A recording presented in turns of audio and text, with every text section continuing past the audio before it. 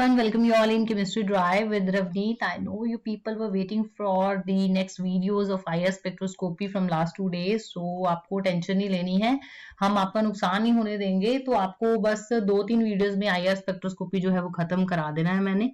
आपको पता है एग्जाम्स के दिन है, I was also quite busy with the exam related thing, but don't worry, we will complete maximum topics today and hopefully by tomorrow will start with the numericals of IR spectroscopy. तो बस आपका complete हो जाएगा, फिर हम साथ ही में NMR शुरू कर देंगे। तो चलिए चलते हैं आज के टॉपिक की तरफ। हमारा जो आज का टॉपिक रहने वाला है that is related to the actually absorption band. उससे पहले ये छोटा सा जो चीज रह गई थी आई थिंक पिछली वीडियोस में, सिलेक्शन रूल मैंने बताया भी था, वैसे थोड़ा थोड़ा बताया था कि जब हमारे पास कोई हमारा सैंपल है जो भी उस पे IR रेडिएशन फॉल करती है, तो जो मॉलिक्यूल्स हैं उनमें जो हलचल होती है, जो वाइब्रेशन, जो सिमेट्रिक स्ट्रेच होती है, जो एसिमेट्रिक स्ट्रेच होती है, तो वो चीजें जब होती हैं तो एक चीज का ध्यान रखना है कि क्या चेंज आना चाहिए उसमें, डायपोल मोमेंट जो है उसमें चेंज आना चाहिए।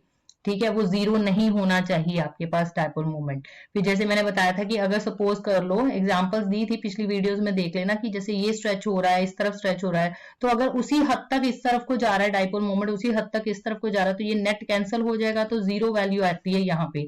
ऐसे जो मॉलिक्यूल्स होंगे, ऐसा जो हमारा सैंपल होगा, वो उसका कोई स्पेक्ट्रा जो है इतना करेक्टरिस्टिक नहीं आएगा हमारे पास, वो रहेगा IR इनएक्टिव। पर जो IR इनएक्टिव होते हैं वो मोस्टली क्या रहेंगे, रमन एक्टिव। ठीक है, तो जिनमें सेंट्रोसिमेट्रिक होती है, सेंटर ऑफ सिमेट्री एलिमेंट पाया जाता है, वो मोस्टली IR इनएक्टिव होते हैं।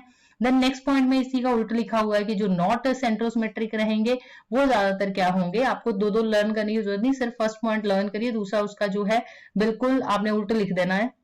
नॉट सेंट्रोसिमेट्रिक जो होंगे वो रमन इनएक्टिव हो जाएंगे, IR एक्टिव हो जाएंगे। तो सिलेक्शन रूल प्रिंसिपल जैसे क्वेश्चंस जो है वो आपने 1 मार्क के लिए जरूर तैयार कर लेने। अक्सर जरूर पेपर में जो खासकर BSc के बच्चे हैं उनको एक प्रिंसिपल वगैरह तो जरूर पूछा जाता है, तो आपने पक्का पढ़ लेना है ये क्वेश्चन।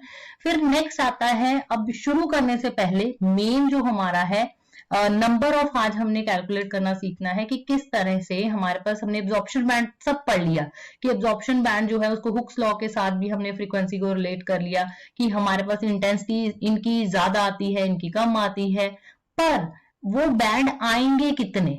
ठीक है, अगर कोई हमारे पास C डबल बॉन्ड O है सपोज, तो उसके कितने बैंड्स शो होंगे। अगर मेरा मॉलिक्यूल है कार्बन डाइऑक्साइड, मेरा मॉलिक्यूल है कार्बन डाइसल्फाइड, तो ये कितने एब्जॉर्प्शन बैंड देगा। उन चीजों को समझने के लिए जो पहले वर्ड्स आएंगे जो हमारे पास, जैसा मैंने बोला कि आपको हर बेसिक चीज पता होनी चाहिए। कई बार BSc लेवल तक आके भी बच्चों को नहीं पता होता कि ट्रांसलेशनल मोशन, रोटेशनल मोशन क्या है। तो पहले हम इन वर्ड्स को पढ़ते हैं। सबसे पहले 2 ही चीजें हमारे यूज होंगी, ट्रांसलेशनल एंड रोटेशनल मोशन। हम डिग्री ऑफ फ्रीडम कैलकुलेट करना सीखेंगे। ट्रांसलेशन मोशन में याद रखना है, ट्रांसलेशन मोशन का मतलब होता है in general in our real life कि जब हमारे पास कोई भी रिजिड बॉडी होती है। अब मैंने यहाँ वर्ड रिजिड क्यों लिखा है, क्योंकि हमारा जो मॉलिक्यूल होता है, जैसे अगर कार्बन डाइऑक्साइड ही है, ठीक है, तो हम मानते हैं कि हमारा जो कार्बन डाइऑक्साइड है इसमें जो हर बॉन्ड है, ठीक है, दैट इज रिजिड। ठीक है, जो इसी तरह अगर रियल लाइफ में रिजिड बॉडी है, सॉलिड बॉडीज हैं, तो जैसे उनकी एक फिक्स्ड कोई ना कोई चीज होती है, फिक्स्ड उनका पोजीशन होती है, उनकी हम जब उनको धकेलते हैं तो हमें एक फिक्स एनर्जी लगानी पड़ती है। उसी तरह हमारे जो ये मॉलिक्यूल है, इन्हें भी, इनमें जो हमने वाइब्रेशंस करनी है, ठीक है, एब्जॉर्प्शन बैंड्स तो तभी आएंगे ना जब हमारा जो सैंपल है उस पर लाइट पड़ेगी और वो क्या दिखाएगा, हमारे पास वाइब्रेशनल ट्रांजिशन दिखाएगा। तो वाइब्रेशनल ट्रांजिशन दिखाने के लिए भी तो एनर्जी लगाते हैं हम। ठीक है, तो अब ट्रांसलेशन मोशन में क्या होता है कि सारे जो पॉइंट्स होंगे रिजिड बॉडी के वो एकदम टेंडमली मूव करेंगे। कोई आपके पास no change in the objects, orientation में कोई चेंज नहीं आता, एक फिक्स पॉइंट पकड़ लो, उसके विद रिस्पेक्ट टू अगर देखोगे तो हमारे पास जो बाकी जो ओरिएंटेशन है उसमें कोई जो है हमारे पास चेंज नहीं आता। ठीक है, सिर्फ जो ऑब्जेक्ट है उसकी पोजीशन एक जगह से दूसरी जगह पे शिफ्ट होती है, और हर जो पॉइंट है उसकी वेलोसिटी भी सेम रहती है, एक्सेलरेशन भी सेम रहता है। मतलब ये मोशन हमारा जो मॉलिक्यूल है उसमें, जो हमारा सैंपल है, सैंपल के अंदर क्या है, मॉलिक्यूल, मॉलिक्यूल के अंदर क्या है हमारे पास, अगर देखा जाए एटम्स हैं, बॉन्ड्स बना रखे हैं उन्होंने आपस में। ठीक है, चाहे फिर वो वाटर है, वाटर में भी आप देखोगे ये बॉन्ड बना हुआ है। ठीक है, तो ये जो बॉन्ड है ये एक तरह का मोशन, ठीक है, ये भी शो करता है, ये भी ट्रांसलेशन मोशन शो करता है, ये भी वाइब्रेशन मोशन शो करता है। जैसे आप ये देख लो, ये एक तरह का ट्रांसलेशन मोशन है। ये देखो बंदा क्या कर रहा है, इस तरफ को एक रिजिड बॉडी है, सॉलिड बॉडी है, उसको एक तरफ को धकेल रहा है और हर पॉइंट जो वेलोसिटी एक्सेलरेशन सेम रहेगी। आप देख लो बॉडी की पोजीशन चेंज हो रही है, बट एवरी अगर आप देखोगे यहाँ पे जो कोई भी यहाँ पे पकड़ लो पॉइंट, जैसा कि यहाँ पे लिखा था पीछे यहाँ पे कि जो हर पॉइंट है देयर इज नो चेंज, हर पॉइंट टेंडमली इक्वली मूव करता है आगे की तरफ। ठीक है, ऐसे हमारी डेली लाइफ में बहुत सारी ये एग्जांपल्स हैं। ट्रेन की मूवमेंट देख लो, उसका हर पॉइंट जो होगा वो टेंडमली मूव करेगा। ठीक है, पोजीशन ट्रेन की चेंज हो रही है, बट जो उस पे पॉइंट्स हैं that have the same velocity, same acceleration. So similarly अगर आपकी बॉल इस तरह से मूव कर रही है तो every point is also moving tandemly similar to the motion of the car. और एक कोई अगर यहाँ से एप्पल फॉल कर रहा है ट्री से, तो वहां पे भी हर जो इसका जो पॉइंट होगा that has the same velocity, same acceleration and no change in the objects orientation. तो ये होती है ट्रांसलेशन मोशन, और इसी तरह का ट्रांसलेशन मोशन जो है हमारे मॉलिक्यूल भी शो करते हैं। देन रोटेशनल मोशन का मतलब क्या होता है कि जब हम एक एक्सिस के अराउंड कोई चीज एक फिक्स पाथ में मूव करती है उसको रोटेशन मोशन बोलते हैं। तो जैसे ये देखो, बॉल अगर आपकी आगे की तरफ मूव कर रही है सीधी, है ना, तो वो आपका ट्रांसलेशन है। पर अगर वो एक एक्सिस के अराउंड एक सर्कुलर मोशन, एक सर्कुलर पाथ ऑप्ट कर लेती है, एक ऑर्बिटल मोशन ऑप्ट कर लेती है, तो वो एक रोटेशनल मोशन हो जाएगा। इसी तरह जैसे ये आइस स्केटर देखा ही होगा आपने, डांस करते होते हैं, स्केटिंग करते हैं, ये टॉप की मूवमेंट है, ये सारे रोटेशनल मोशन है। अब इसी तरह से आप यहाँ देख सकते हो कि आपके जो मॉलिक्यूल्स है जैसे ही इन पे रेडिएशन फॉल करती है, ये कुछ इस तरह के मोशन शो करते हैं, उनमें इस तरह से हलचल होती है। या तो वो रोटेशंस करेंगे, ऐसे वो स्ट्रेच होते हैं, सिमेट्रिक एसिमेट्रिक स्ट्रेच शो करेंगे। और भी आप यहाँ देख सकते हो, जैसे कि ये हो गया रोटेशनल मोशन शो किया हुआ है। जैसे suppose this is carbon dioxide, let it, so carbon dioxide है, तो इसमें आप देख रहे हो ये कार्बन, ये ऑक्सीजन, ये कोई भी एक्सिस होगी। ठीक है, जैसे हमारे पास होती है X Y Z axis suppose, तो आप देख सकते हैं ये जेड एक्सिस के अराउंड ये रोटेशन मोशन शो कर रहा है ना। तो ऐसे ये देखो अलोंग द सपोज करो वाई एक्सिस भी ये रोटेशन शो कर सकता है। ठीक है, अब ऐसे ही ट्रांसलेशन मोशन जैसे मैंने बोला, देखो सारे पार्टिकल ये जो टेंडमली मूव कर रहे हैं, ना कि रोटेशनल। तो ये देखो ये ट्रांसलेशन मोशन इस तरह से होता है कि आपके मॉलिक्यूल्स जो है वो इस तरह से ट्रांसलेशन भी शो कर सकते हैं। तो इस चीज को विजुअलाइज करना सीखे जो पढ़ते हो आप, कि किस तरह से हमारा ट्रांसलेशन मोशन, उसमें सब इकट्ठे ही पार्टिकल्स जाते हैं जितने भी इसके अंदर होंगे। ठीक है, ये सारे इकट्ठे मोशन हो रहा है, ये देखो। ठीक है, और रोटेशन का और यहाँ पे डिफरेंस आपको क्लियरली दिख रहा है। और जब वाइब्रेशंस मोशन शो करते हैं तो ये देखिए किस तरह से मॉलिक्यूल जो है एसिमेट्रिकली जा रहे हैं, और यहाँ पे आपको दिख रहा होगा कि सिमेट्रिक में किस तरह से मोशन होता है, और बेंडिंग में भी आप देख सकते हो। सो दिस इज द लाइक एक पिक्चर है जो आपको ये चीज समझाने की कोशिश की जा रही है। सो आई होप अब पहले आपको ये चीज क्लियर होगी कि मैं बात किसकी कर रही हूँ। हम बात कर रहे हैं bonds that exist between the molecule जो आपके सैंपल में है अंडर ऑब्जर्वेशन। तो वो कुछ इस तरह के मोशंस जो हैं वो शो करते हैं। अब हम बात करते हैं, हमारे पास मॉलिक्यूल्स भी बड़े हैं। ठीक है, हमारे पास जो सैंपल्स कितने हैं दुनिया में, तो मॉलिक्यूल्स जो हैं कुछ तो नॉन लीनियर होते हैं, कुछ लीनियर होते हैं। जैसे हमारे कार्बन डाइऑक्साइड हो गया, ये लीनियर में आ जाता है। हमारा वाटर हो गया, ये नॉन लीनियर में आ जाता है, इनका बैंड शेप स्ट्रक्चर होता है। ऐसे अमोनिया हो गया, वो भी नॉन लीनियर है। फिर ये कितने बैंड्स हमें देंगे। सो नंबर ऑफ फंडामेंटल बैंड्स को पता करने के लिए हमें कैलकुलेट करनी होती है इनकी degree of vibrational mode.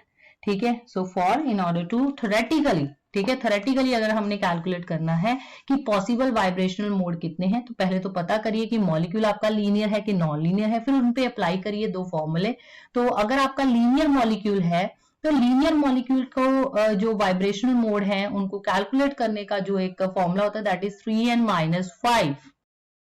Non linear है तो उसके लिए 3n-6। तो इसमें अब n क्या है, या डिग्री ऑफ फ्रीडम का क्या मतलब होता है कि कितने पॉसिबल। जैसे डिग्री ऑफ फ्रीडम का मतलब क्या है कि अगर ये एक कमरा है, ठीक है, ये तुम हो और मैं कह रही हूँ तुम्हारी डिग्री ऑफ फ्रीडम मैंने देखनी है, तो डिग्री ऑफ फ्रीडम का मतलब है freedom in how many possible way you can arrange your self in this room, कि तुम यहाँ भी खड़े हो सकते हो, तुम यहाँ भी खड़े हो सकते हो, ठीक है, यहाँ खड़े हो सकते हो, तो वो पूरा जो है तुम्हारी कितनी डिग्री ऑफ फ्रीडम्स बनती हैं, तो मतलब ऑल पॉसिबल वेज, ठीक है, किस तरह से तुम अपने आप को एक जो है एक स्पेसिफिक स्पेस में अपने आप को अरेंज कर सकते हो। तो इसी तरह हमारे जो मॉलिक्यूल्स हैं, ठीक है, वो भी अपने आप जो क्या शो करते हैं, या तो ट्रांसलेशन मोशन शो करते हैं, जब उनको एक फ्रीडम दे दी जाती है या रेडिएशन फॉल कर लेते हैं उस पर, तो उनको एक फ्रीडम दे दी जाती है कि जहां तो तुम ट्रांसलेशन कर लो, रोटेशन कर लो, दोनों मोशंस कोई भी शो कर लो, जितने मर्जी तुम शो कर सकते हो। तो जो हमारे पास रहते हैं, ये आप नोट कर लो कि नॉन लीनियर जो मॉलिक्यूल है, जो नॉन लीनियर मॉलिक्यूल हैं, उनमें रहती हैं 3 ट्रांसलेशन मोशन, 3 ट्रांसलेशनल मोशन और 3 ही रोटेशनल मोशन, ठीक है, अलोंग ऑब्वियसली 3 है तो मतलब तीनों एक्सिस एक्स वाई जेड, तो मैंने वो आपको पीछे दिखाया हुआ है, उसको चाहे बैक करके दोबारा से आप पिक्चर जो है उस इमेज को देख सकते हो कि एक्स वाई जेड के अराउंड वो अपनी ट्रांसलेशन शो कर सकता है, ठीक है, मतलब इक्वली जो है एटम्स जो है वो मूव कर सकते हैं अपवर्ड डाउनवर्ड, ठीक है, तो एग्जाम्पल हम करेंगे ही। फिर दैट्स वाई इसका जो फॉर्मूला बनता है, अगर एन हमारे पास क्या है, number of atoms, so total हमारे पास मोशंस ये जो कितने बन गए, 3 + 3 6, तो इसलिए हमारे पास फंडामेंटल जो है, फंडामेंटल वाइब्रेशनल मोड कितने रहेंगे, 3 इंटू नंबर ऑफ एटम्स, ठीक है, -6, सो 3n क्या है हमारे पास, this is the degree of freedom, degree of freedom, degree of freedom 3 ही तो एक्सिस है एक्स वाई जेड, और उसके अलॉन्ग वो कितने मोशन शो कर रहा है, 6 मोशंस। तो एग्जांपल देख लो, जैसे सपोज कर लो बेंजीन की एग्जांपल ले लो, बेंजीन इज C6H6, तो टोटल कितने मॉलिक्यूल हो गए हमारे पास, नंबर ऑफ एटम्स कितने हो गए यहाँ पे 12, तो 3 इंटू नंबर ऑफ एटम 12 -6, तो यहाँ पे आएगा हमारे पास 30 आंसर, मीन ये 30 वे से मतलब हमारे पास इसके जो है that is a fundamental vibration mode ये शो करता है, एंड 30 कॉरस्पॉन्डिंग इसके क्या आएंगे हमारे पास, fundamental absorption band. So absorption bands totally depends upon the like हलचल, कि क्या उसने हलचल हुई है, हमारे जो बॉन्ड्स हैं उनमें क्या उसने कितने ट्रांसलेशन मोशन शो किए हैं, कितने जो है रोटेशनल मोशंस जो हैं वो शो किए हैं। Then coming to the linear molecule, writing समझ लेना, साथ साथ मैं बोल रही हूं तो उस चीज को भी सुनी जाओ। सो यहाँ पे बस क्या होगा कि हमारे पास ट्रांसलेशन मोशन तो 3 ही रहते हैं, 3 translation motion long obviously X Y Z axes, but जो हमारे पास रोटेशनल मोशंस होते हैं, rotational ones, that are only 2, ठीक है, अपनी जो उसकी एक्सिस है ये याद रखिएगा, लिख लीजिए चाहे अगर आपको नहीं भी पता है। सो दैट द मॉलिक्यूल्स जो लीनियर मॉलिक्यूल्स हैं, they have only 2 rotational motions. So why? Because the rotation about its axis does not bring any change in the position of the atoms. क्योंकि डिग्री ऑफ फ्रीडम, अगर तुम इस कमरे में पहले यहाँ पे खड़े थे, फिर तुम्हारी अगर तुम यहाँ खड़े हो तुम्हारी पोजीशन तो चेंज हुई, यहाँ खड़े हो तुम्हारी पोजीशन तो चेंज हुई, यहाँ खड़े हो देन ऑल्सो योर पोजीशन, तो उनको आप मानोगे कि वो डिग्री ऑफ फ्रीडम है। उसी तरह जब वो अपनी एक्सिस के अराउंड, जब लीनियर जो मॉलिक्यूल्स होते हैं जब अपनी एक्सिस के अराउंड वो रोटेशन मोशन शो करते हैं, तो उससे कोई पोजीशन में डिफरेंस नहीं आता, इसलिए हम एक जो वो एक्सिस है उसके अराउंड हम नहीं मानते उस मोशन को। सो डिग्री ऑफ फ्रीडम में वही मोशंस माने जाएंगे जहां पे पोजीशन चेंज होगी, ठीक है, जैसे अगर 3 एक्सिस के अराउंड वो ट्रांसलेशन शो करता है तो उनकी अलग अलग पोजीशंस आती, जो उनकी इनिशियल पोजीशन है, अगर उनका उसके कॉरस्पॉन्डिंग अगर उनका ये लेवल है, वाइब्रेशन लेवल जो है वो 0 है, ठीक है, नॉट ले लेते हैं, तो जब उसने एक ट्रांसलेशन मोशन शो किया उसकी कॉरस्पॉन्डिंग जो है उसकी थोड़ी एनर्जी भी चेंज हुई एंड उसका वाइब्रेशन मोड जो है, वाइब्रेशन जो एक लेवल है वो भी चेंज हो गया, तो कुछ चेंज आना चाहिए। चेंज इज द लाइक सारी इन्वेंशंस जितनी भी रिसर्चेज होती हैं वो इसीलिए होती है, जब कोई चीज जो पहले ही एग्जिस्ट करी उसमें आप कोई चेंज करते हो, ठीक है, तो ऑब्वियसली अगर चीज वही की वही रही तो कोई चेंज नहीं आएगा, कोई स्पेक्ट्रा नहीं आएगा। सो नेक्स्ट उसके बाद इसमें आप एग्जाम्पल ऐड कर लो, इसमें कार्बन डाइऑक्साइड की एग्जांपल ऐड कर लेते हैं। सो कार्बन डाइऑक्साइड जो है इसमें आप देख लो, हमारे पास ये इसका फॉर्मूला तो बना लो, यहाँ पे 3 + 2 क्या आ गया 5 -5 फॉर्मूला बन गया, that is the two calculate the fundamental vibrational mode and therefore corresponding bands we can calculate by using this formula for the non-linear molecule। तो चलिए एग्जांपल है हमारे पास कार्बन डाइऑक्साइड की। सो कार्बन डाइऑक्साइड पे apply करते हैं। पहले तो हमें ये देखना है कि ये लीनियर है कि नॉन लीनियर मॉलिक्यूल है। तो ये एक तरह का लीनियर मॉलिक्यूल है, आपको उसको फॉर्मूला को इस तरह ओपन कर लेना, उसके बॉन्ड्स वगैरह को, ठीक है। तो ये लीनियर मॉलिक्यूल है। तो ऐसा हमने फॉर्मूला अप्लाई करते हैं 3n माइनस, तो लीनियर के लिए क्या लगेगा 3n minus 5 formula. So number of इसमें एटम्स कितने हैं 1 2 3, so 3 minus 5, so total we are getting the 4 values for your absorption. मतलब ये 4 करेक्टरिस्टिक आपको फंडामेंटल जो है बैंड्स दिखाएगा। तो अब ये 4 जो है हमारे पास कौन कौन से मोड्स हैं, तो इनको देख लेते हैं। तो सबसे पहला तो आता है हमारे पास सिमेट्रिक स्ट्रेच, ठीक है। सिमेट्रिक स्ट्रेच है तो ये यहां लिख लो साथ में सिमेट्रिक स्ट्रेच। सो सिमेट्रिक स्ट्रेच की वजह से I R inactive but Raman active, ठीक है। सिमेट्री जितना इधर को जाएगा उतना इस तरफ को, तो म्यू की वैल्यू 0 हो जाती है। सो ये आपको जो पीक आती है इसकी दैट इज 1340 सेंटीमीटर इनवर्स पे दिखाएगा। Then we have the asymmetric, अगर ये एक ही टाइम पे ये बाहर को जा रहा है, ये भी बाहर को जा रहा है, तो एक कंडीशन ऐसी आ सकती है कि ये इस तरफ को अंदर को जा रहा है, ये बाहर को जा रहा है, ये वाली साइड, ठीक है। तो ये रहेगा हमारे पास एसिमेट्रिक स्ट्रेच। एसिमेट्रिक स्ट्रेच है तो ये आई आर एक्टिव है हमारे पास, and it will show the v maxima. आपके पास जो है कॉरस्पॉन्डिंग वेव नंबर की जो वैल्यू रहेगी आपके पास that is near about 2350 centimetre inverse. Then coming to next is the your bending, ठीक है, उस पे आ जाते हैं। अगर ये बाहर को जा रहा है तो ये दोनों डाउनवर्ड जाएंगे प्लेन से। तो यहाँ पे एक दूसरी जो सिचुएशन ये आ सकती है कि आपके पास ये जो है ये अबव द प्लेन जाए और ये हमारे पास बिलो द प्लेन जाए। तो ये एक तरह से बेंडिंग वाइब्रेशंस है हमारे पास, बेंडिंग वाइब्रेशन, ठीक है। ये हमारे पास बट गया ना, ये ए बी, ये हो गया सी और ये हो गया डी। तो टोटल 4 हमारे पास आ गई bending vibrations. In plane bending, out of plane bending है। सो वी की वैल्यू जो है हमारे पास यहाँ पे 667 सेंटीमीटर इनवर्स जो है वो वैल्यू रहेगी। तो इस चीज को आप ऐसे विजुअलाइज कर सकते हो जो हमने अभी लिखा है कि स्ट्रेचिंग कैसे होती है। सो आप देख रहे हो ये है रोटेशन अलॉन्ग एनी एक्सिस, जो बॉन्ड है वो इस तरह से रोटेट करेंगे। अब ट्रांसलेशन मोशन को देख सकते हो कि ट्रांसलेशन मोशन जो है वो इस तरह से होता है किसी भी बॉन्ड का। तो जैसे अगर कोई इस तरह का मॉलिक्यूल होगा तो ये देखिए ये आपके पास क्या है, दिस इज सिमेट्रिक स्ट्रेच, जो पहले नंबर पे दिखाया गया है आपको, दैट इज सिमेट्रिक स्ट्रेच। सो इस चीज को भी आप विजुअलाइज जो है वो कर सकते हो मोशंस को for the molecules. Then coming to next same हमने एग्जांपल ली है कार्बन डाइसल्फाइड की एग्जांपल उठाई है, आप भी इस पे अप्लाई करिए। ये देखिए 3 एटम्स हैं हमारे पास, तो 3 into N that is 3 minus 5 तो 4 है।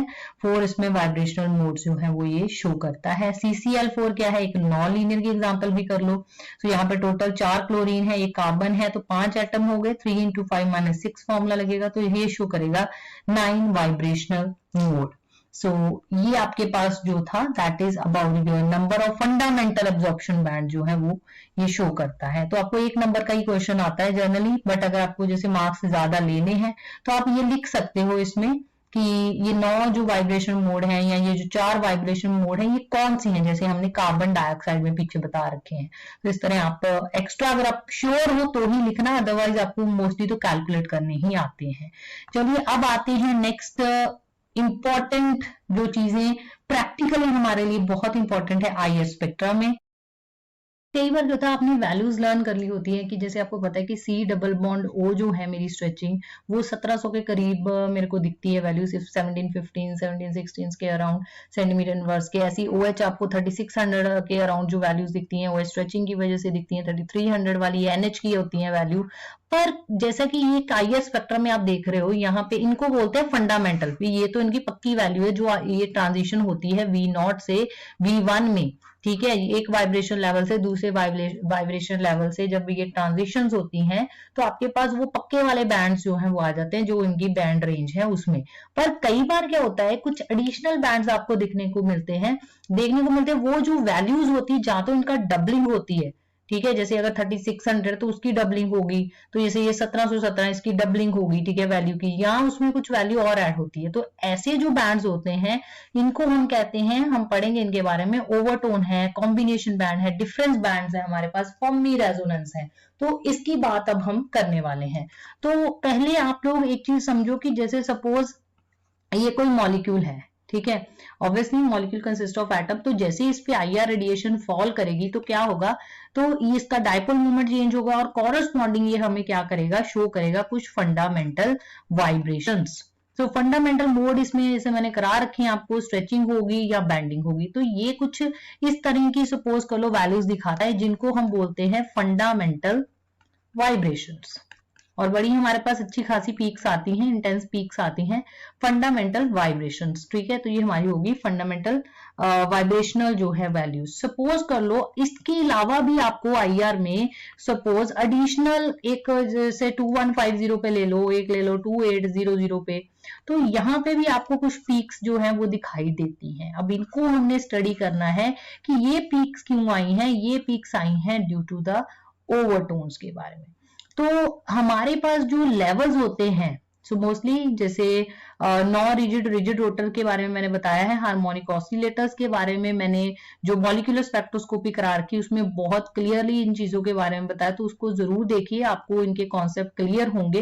तो वहां पे मैंने बताया था कि जैसे जो हार्मोनिक ऑसिलेटर की तरह ये एक्ट करते हैं, तो वहां पे हमारे पास क्या होता है कि इक्वली स्पेस्ड हमारे पास रहते हैं ये वाइब्रेशनल लेवल, इक्वली यहां से ये ट्रांजिशन होनी थी और इसके कॉरस्पॉन्डिंग जो है द एनर्जी इज 1400, ठीक है, सेंटीमीटर इनवर्स।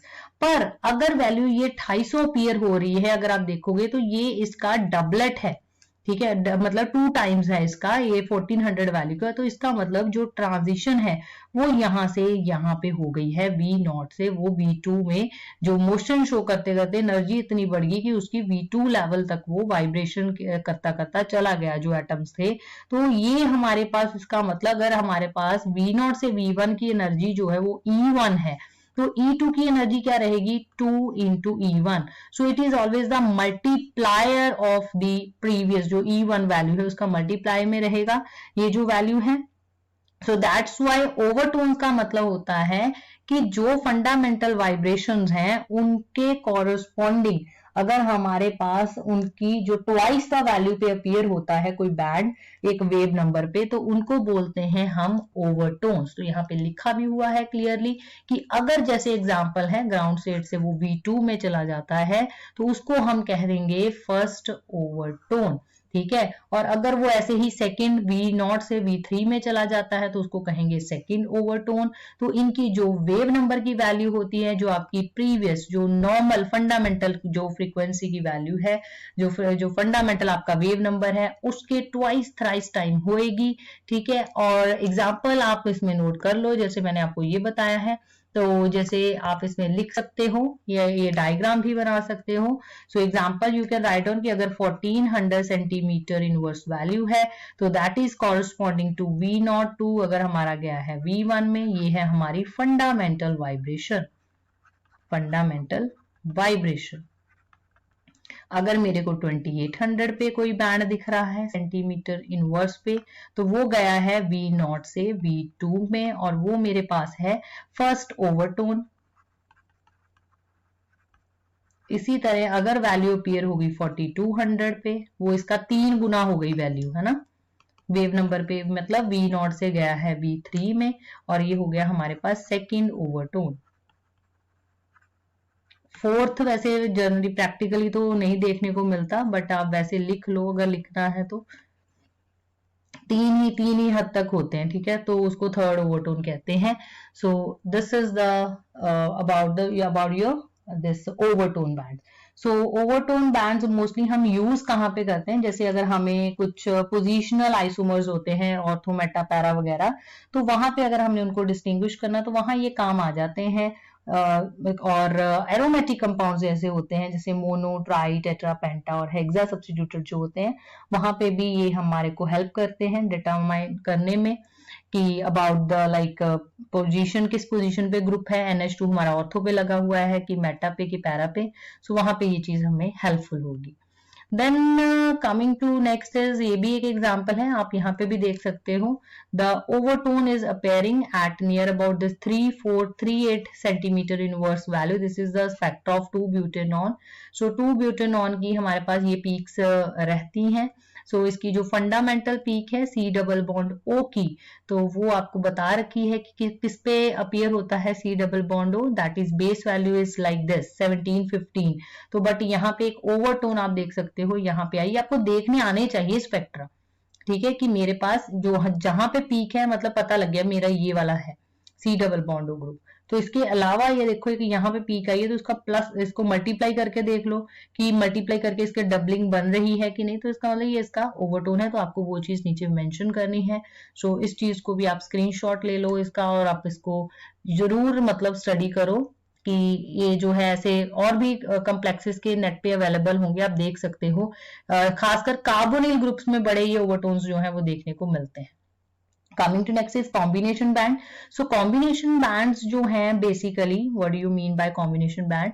कि कई बार क्या होता है, कहता है when more than 2 or more fundamental vibrations are excited simultaneously, ये चीजें आपकी बुक में नहीं लिखी होती, ठीक है, कि अगर सपोज कर लो कि मेरे पास कीटोन्स हैं, ठीक है, अगर कीटोन की ही एग्जांपल ले लो कि एक मेरे पास कोई मॉलिक्यूल है जिसमें 2 सी डबल बॉन्ड ओ हैं, या दो कोई भी और एक कार्बोनिल ग्रुप है, ठीक है, और एक मेरे पास OH फंक्शनल ग्रुप है एक ही मॉलिक्यूल में, तो आपने जैसे ही उनको रेडिएशन फॉल कराई, तो जैसे अगर एक एक्साइटेशन हुई है V0 से V1 में, ठीक है, इसके कॉरस्पॉन्डिंग एनर्जी E1 है, और सपोज कर लो जो दूसरा था हमारे पास एक, वो भी फंडामेंटली है। सो फंडामेंटली जैसे ये अगर सपोज करो सी डबल बॉन्ड होगी थी, ये OH की थी, मतलब सेम ही मतलब मॉलिक्यूल में हमारे पास फंक्शनल ग्रुप है, सो V1 डैश, तो ये भी फंडामेंटल होगी, तो ये आपस में कपल कर जाएंगे। कपलिंग का मतलब है आपस में बन गई, आपस में एड ऑन हो जाएंगे, थी दोनों ही फंडामेंटल वाइब्रेशन, तो वो क्या करेगी, एक दूसरे के साथ कपलिंग करेगी, ठीक है। सो इसको बोलते हैं वाइब्रोनिक कपलिंग। एंड मोस्टली इस केस में हमारे पास फिर जो E2 की वैल्यू होगी, जो हमारे पास E2 की वैल्यू होगी, दैट इज E1 प्लस, अगर ये E1 डैश है तो यहाँ पे E1 प्राइम या डैश जो भी है, तो ये एडिशन में वैल्यू जाएगी। फॉर एग्जाम्पल कर लेते हैं समझने के लिए कि अगर हमारे पास एक बैंड 400 सेंटीमीटर इनवर्स पे आया, एक बैंड हमारे पास V0 से कोई फंक्शनल ग्रुप जो है फंडामेंटल फ्रीक्वेंसी है V0 से V1 में दिख रही है, एक दूसरा 750 सेंटीमीटर इनवर्स पे था fundamental, that is from the V0 prime to V1 prime, पर हमारे पास एक बैंड जो अपीयर हुआ है that is appear at 2150 centimetre inverse, so this is the addition of both of this, ठीक है, तो इसको बोलेंगे हम एक तरह का, ये क्या है, कॉम्बिनेशन बैंड है। सो आई एम रिपीटिंग, ओवरटोन जो होता है वो होता है depending upon the excitation level, कि कहाँ पे वो एक्साइट हुआ है उसके कॉरस्पॉन्डिंग उसका 2 टाइम्स हो जाएगा, वो मल्टीप्लीकेशन में है, ये एडिशन में है, कि दो फंडामेंटल वाइब्रेशंस जब आपस में कपल कर जाती हैं, एड ऑन हो जाती हैं, तो उसकी वजह से हमारे पास क्या कहते हैं, एक डबली एक्साइटेड स्टेट जो है वो अपीयर होती है। Then coming to next is the difference band. तो डिफरेंस बैंड क्या होगा, they appear as the difference wave number, मतलब यही जैसे दो बैंड्स हैं इनका डिफरेंस करके दिखा दो, तो एक बैंड आपको वहां पे दिखेगा, 1400 में से 750 माइनस कर दो, जो वो वैल्यू आएगी, एक बैंड अगर आपको वहां पे दिख रहा है, इसका मतलब कि दो फंडामेंटल वाइब्रेशंस हैं, ठीक है, उनका वो एक डिफरेंस बैंड है, वो अपीयर हो रहा है at the wave number which corresponding to the difference in the wave number. Then coming to next is the last is Fermi resonance. Fermi resonance. Fermi resonance अब क्या होती है? This is basically, it is a coupling between the, this is the coupling between the fundamental vibration and your first overtone. ठीक है, ये याद रखो, जैसे इसकी एनर्जी तो E1 रहेगी, अब जो ओवरटोन होगा उसकी तो E2, जो भी सपोज कोई भी एनर्जी 2 टाइम्स जो भी एनर्जी थी वो होगी, तो ये दोनों आपस में जब कपल करते हैं तो फर्मी रेजोनेंस अपीयर होता है। जैसे सपोज कोई फंडामेंटल वाइब्रेशन किसी की भी, जैसे 1715 या 3600 जो भी वैल्यू थी, V0 से V1, ये फंडामेंटल वाइब्रेशन थी एक फंक्शनल ग्रुप की, ये कोई दूसरा फंक्शनल ग्रुप था जिसमें क्या हुआ कि एक तो उसने फंडामेंटल वाइब्रेशन शो कर दी, ठीक है, जैसे सपोज कर लो आपको एक 1715 पे बैंड दिख गया, क्लियर। एक आपको बैंड दिख गया 3600 के अराउंड, तो मतलब ये सी डबल बॉन्ड होगी फंडामेंटल वाइब्रेशन, ये इसकी वाइब्रेशन, ये तो दिखेगी दिखेगी बीच में, पर एक इसका ओवरटोन सपोज कर लो कोई भी 2 टाइम्स ऑफ 10, ठीक है, एक इसका जो है 2 टाइम्स कोई भी ले लो, ओवरटोन हो गया। लेट इट वैल्यू ले लेते हैं हम, वैसे इतनी ज्यादा वैल्यू अपीयर नहीं होती, सो अपीयर होगी, ठीक है, ये इसका हो गया फर्स्ट ओवरटोन, फर्स्ट ओवरटोन।